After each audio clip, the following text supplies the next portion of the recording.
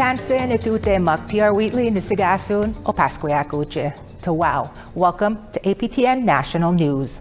A chief in Manitoba says issues within his First Nations Child and Family Services Agency are creating safety risks for the children they are supposed to protect.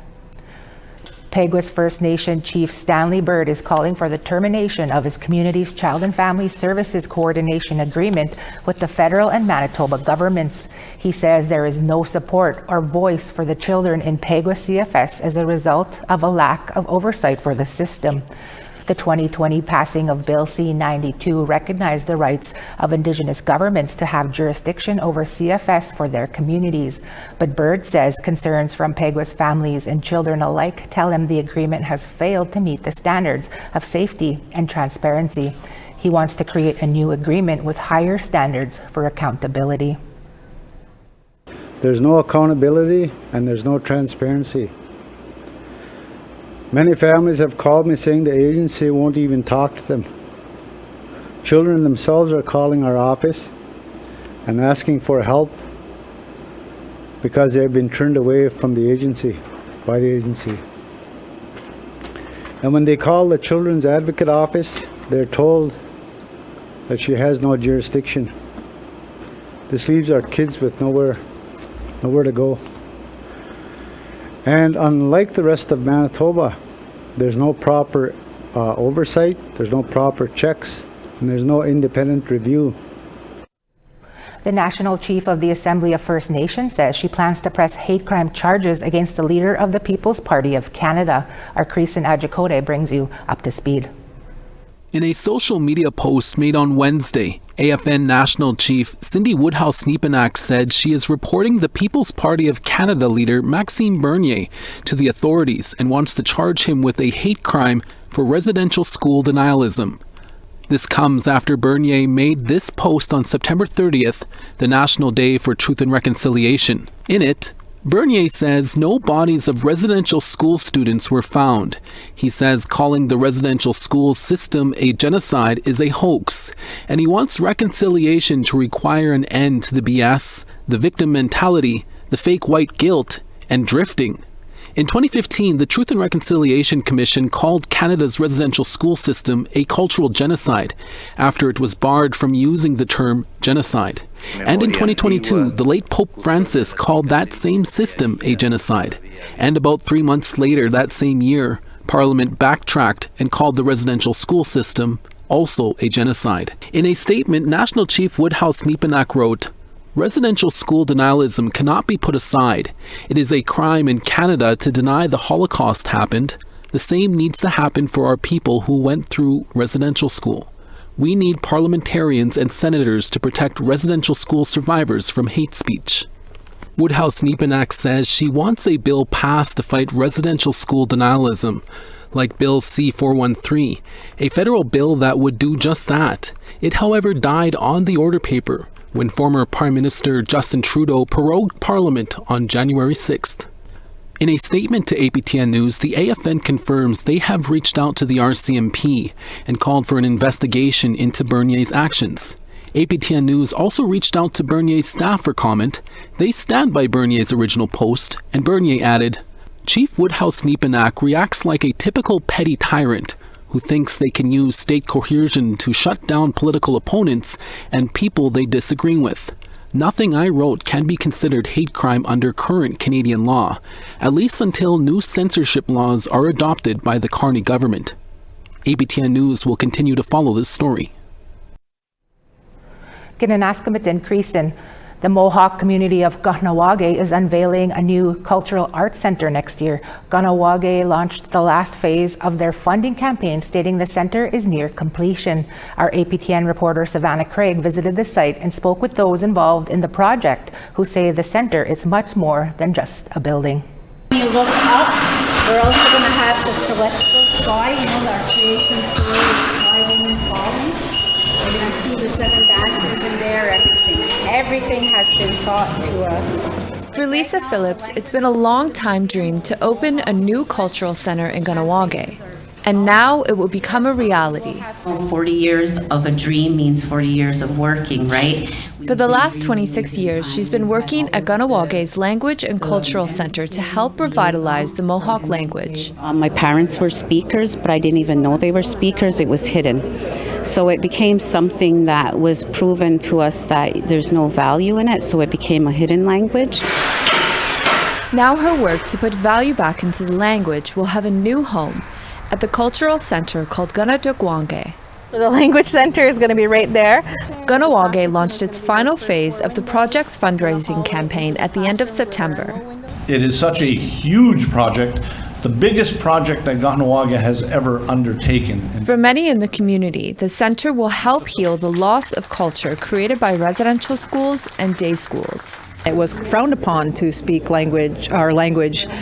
Children were even, spanked and beaten as a result of speaking our language. So it did its job in terms of that breakage of language transmission, but now it's our responsibility to make sure we get it back on track. There's a lot of people in our community who are so removed from understanding our teachings, and it's not their fault, and I think we have to be gentle with each other. Kasanahue Sky Deer has been part of the development of the new Cultural Arts Center. The building will be that central hub of language transmission between elders and youth. This is the main entrance, so follow me.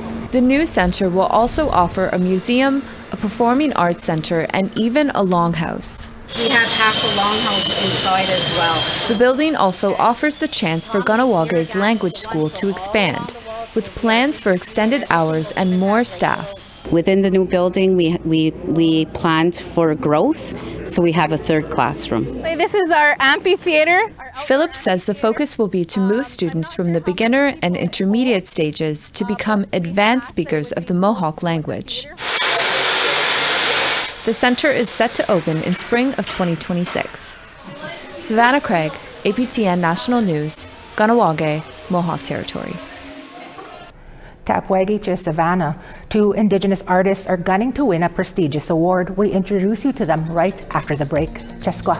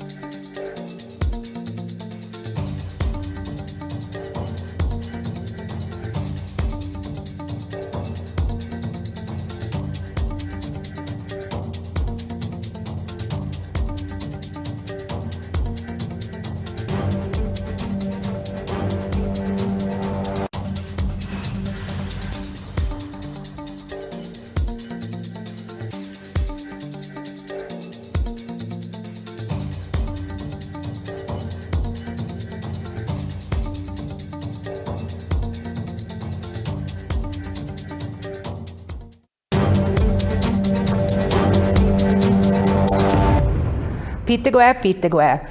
One Saskatchewan First Nation near Saskatoon is marketing itself as an Indigenous tourism destination in hopes of educating visitors on Canada's dark past. CTV's Alison Bamford has more.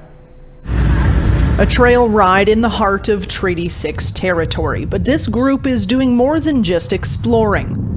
They're at the first battle site of the Northwest Resistance, one of several historic landmarks located on Beardy's and Okamas's Cree Nation. As far back as 1988, our community leaders have talked about tourism as a catalyst for cultural regeneration, language revitalization, and sharing stories. And since 2018, that's what Pemiska Tourism has been doing, sharing the First Nations history through guided tours, cultural programming, traditional foods, and treaty education.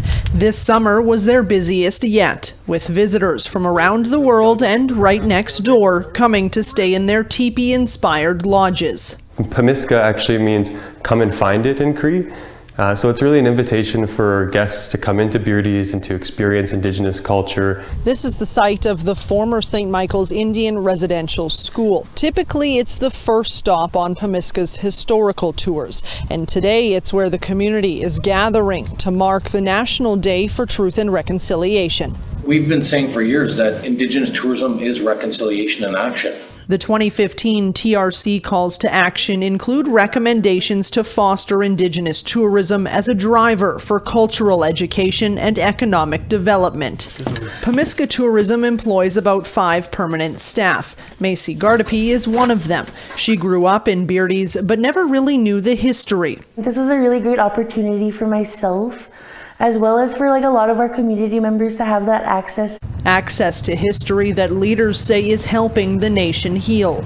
Alison Bamford, CTV News, Beardy's and Okamas's Cree Nation. 2 Indigenous artists have made the final cut for the prestigious 2025 Sobey Art Award. The winning recipient will be selected in November, and it comes with a cash prize of $100,000.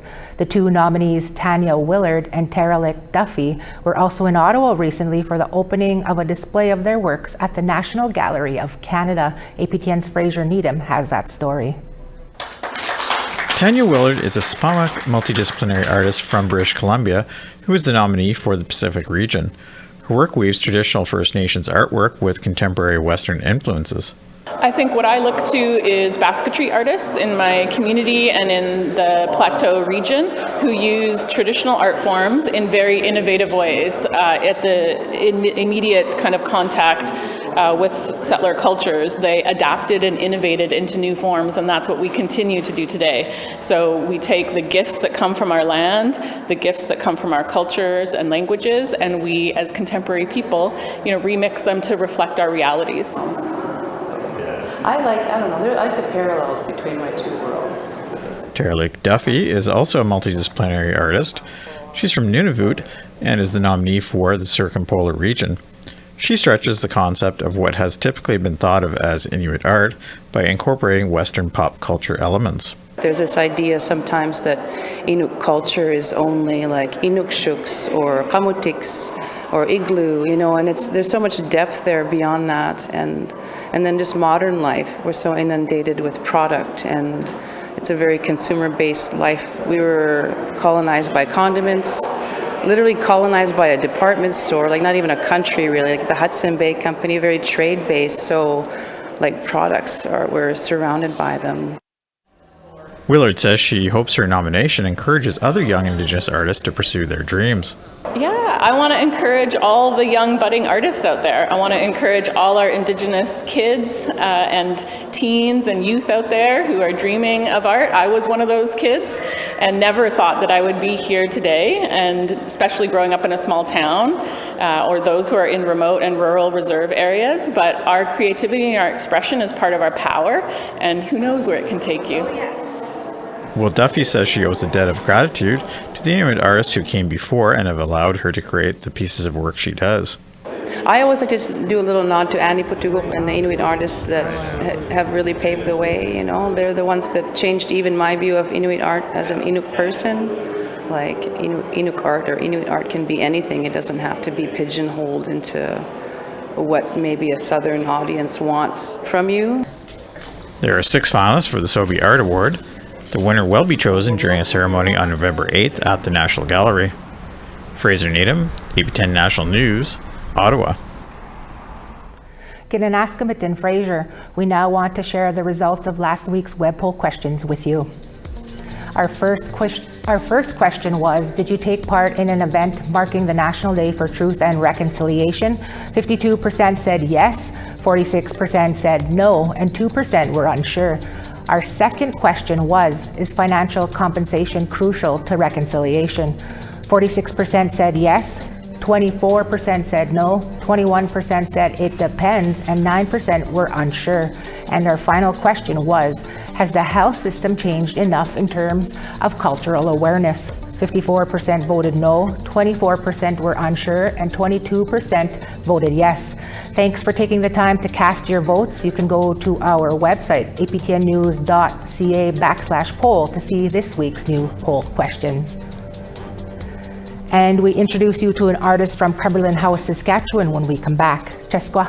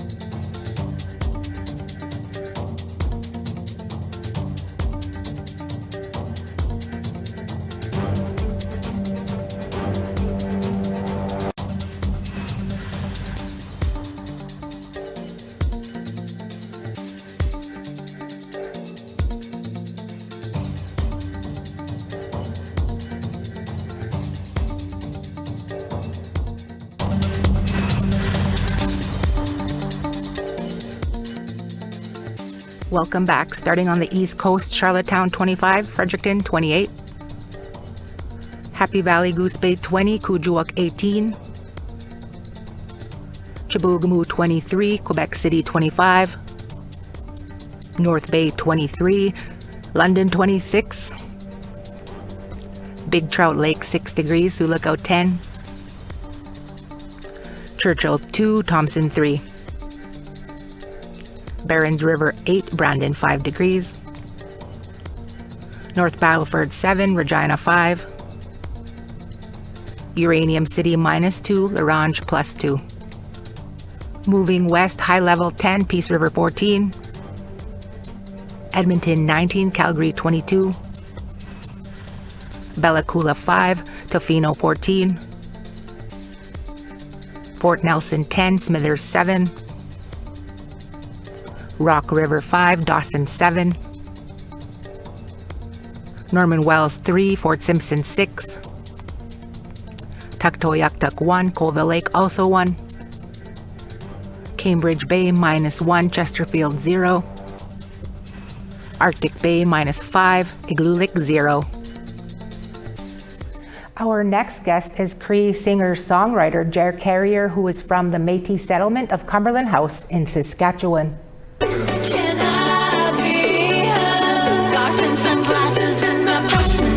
Carrier infuses pop, rock, folk, and EDM in many of her songs that explore resiliency, identity, and her untamed self-expression. This past summer, Carrier released 3 new singles, including Blessed in My Heels, Are You My Type, and Can I Be Her?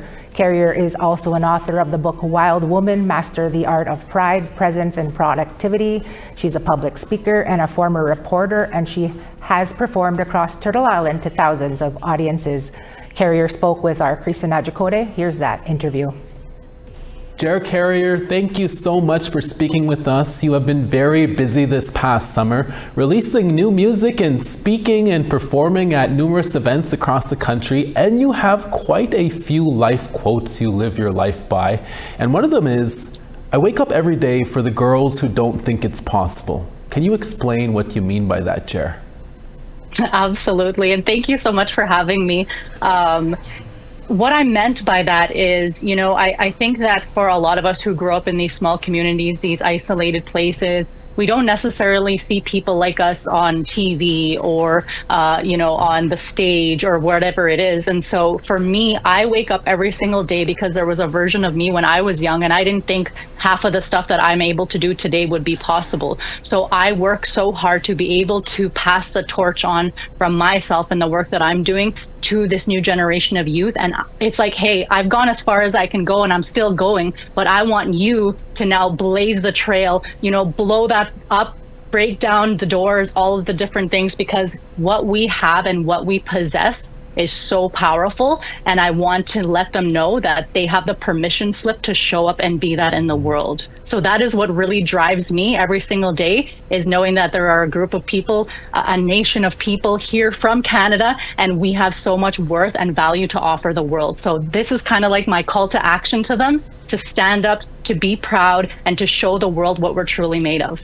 That's great. And Jer, you also recently released 3 new singles. Can you talk about what those songs mean to you and the message you wanted to convey? Absolutely. So the first song that was released off this second EP is called Can I Be Her? Now, this song, again, is just what I said, right? It was growing up and coming from a certain background, you know, you don't think that a lot of things are possible for you. And so basically the song is, you know, I want to be bubbly. I want to have fun. I want to celebrate my life, and I don't want to feel bad about it. So Can I Be Her is basically, again, that permission slip for girls. Be feminine, be happy, don't feel guilty. And it's basically all of the celebrations of life that you have. This, again, is a celebratory song that, yes, we are Barbies, right? The video is all Barbie themed, and it's all about having fun and dressing pretty and getting to be all of the cool things that, you know, we as women want to be. And that is basically what it is. It's, again, giving yourself permission to be happy and joyful. The second song is one called Are You My Type? Again, it's an R&B, very, you know, 90s influence song. And again, it just draws from my own personal music. And it's like, it's about falling in love again with life and feeling that excitement that we feel when we see something that we really want. And the third track that just got released last week is called Blessed in My Heels. Same thing. This is a call to action. It is, you know your worth as an Indigenous woman, as a matriarch. You have so much value. Everywhere you step, the world crumbles because it feels the strength that's coming from you and it's emanating. And I want women to flaunt that. So that's what it's called, Blessed in My Heels. All of my songs, of course, are coming from an Indigenous perspective to empower our women and our people to truly take a stand and tell people, hey, we're here, we're strong, and we're thriving. I read that you're also taking your song Blessed in My Heels and turning it into a TikTok trend. In this time of social media, Jer, is that something you're always thinking of to help get your music out there to the masses? Absolutely, because it's so powerful. We have a phone in our hand. It goes with us everywhere we go, and we may not be able to be in community. We may not be able to be where we want to be, face to face with people, but we always have access to that phone, and we can tap in and build that community everywhere we go. So absolutely, I want people to be involved. I want them to be able to reach out to me and say, hey, I'm just like you. We come from the same place. Let's celebrate and let's thrive together. So yeah, it's a tool that all of us get to utilize. So it's super exciting. Jerry, you're also an author of your own book you released a few years back. What was that process like for you to tell your story in a medium such as writing? Wow. I always consider myself to be a author first, a writer, if you will. And that's always kind of been a form of therapy for me, right? I believe that if you let things fester inside of you and you don't express them, that can turn into poison, which turns into illness and all of that fun stuff. So by writing, it again is a way to release that into the world. And so that's what writing is for me. And again, my book is called Wild Woman: Master the Art of Pride, Presence, and Productivity. And so basically what it is, it's about, service leadership. It's about being a thought leader. It's about pushing the envelope. And it's basically about indigeneity, our worldviews, and matriarchy. I had the great privilege to be able to travel around the world and speak on stages like Amsterdam, Vienna, all of these places. And people were uplifted, and they wanted to know our perspective of Indigenous people. So that's why I come back here and I'm like, when I'm speaking to the youth, I'm like, you are so full of golden information and the world wants to hear what you have to say. And so that's what the book is. Again, it's a marketing tool to be able to show people that, again, Indigenous people are so full of knowledge and wisdom. It's just, you have to take the time to listen. So finally, Jer, you talked about it a bit there, but what is your message to our Indigenous youth out there who have big dreams just like you did? Well, I would like to say that I am just like you. I come from humble beginnings. And for me, the biggest thing has always been that, if there's something that I don't like, I'm going to do my best to change it. And so that is my invitation to everybody else is like, yes, we sometimes don't have favorable conditions. Our communities are the way that they are, but you can make the choice to be positive, to be a solution provider. You can be proactive and wanting to make change. And again, it's a choice between taking the power for yourself and making that change. And I would call on everybody that listens to me. My message is very clear. It's about mental health. It's about self-love. And it's understanding that we as Indigenous people are so valuable. All you got to do is believe in yourself, have the courage, and I believe in you. So reach out to me. There's a community of people that are breaking down the doors. And that is exactly what I want for our youth, is to know that I am your biggest cheerleader. And if you need help, reach out to me. That's Cree singer-songwriter Jer Carrier from Cumberland House, Saskatchewan. Thank you, Jer, and come back on the show anytime. Thank you. Have a good day, guys. Right on, girl. That's some great messaging. And that's your APTN National News for this Monday, October 6th. I'm TR Wheatley. It's been a pleasure to be here with you. Join me again at 6 p.m. Eastern. Until then, from all of us at APTN to all of you, Egase, Itam, Kikawapa Mitanano.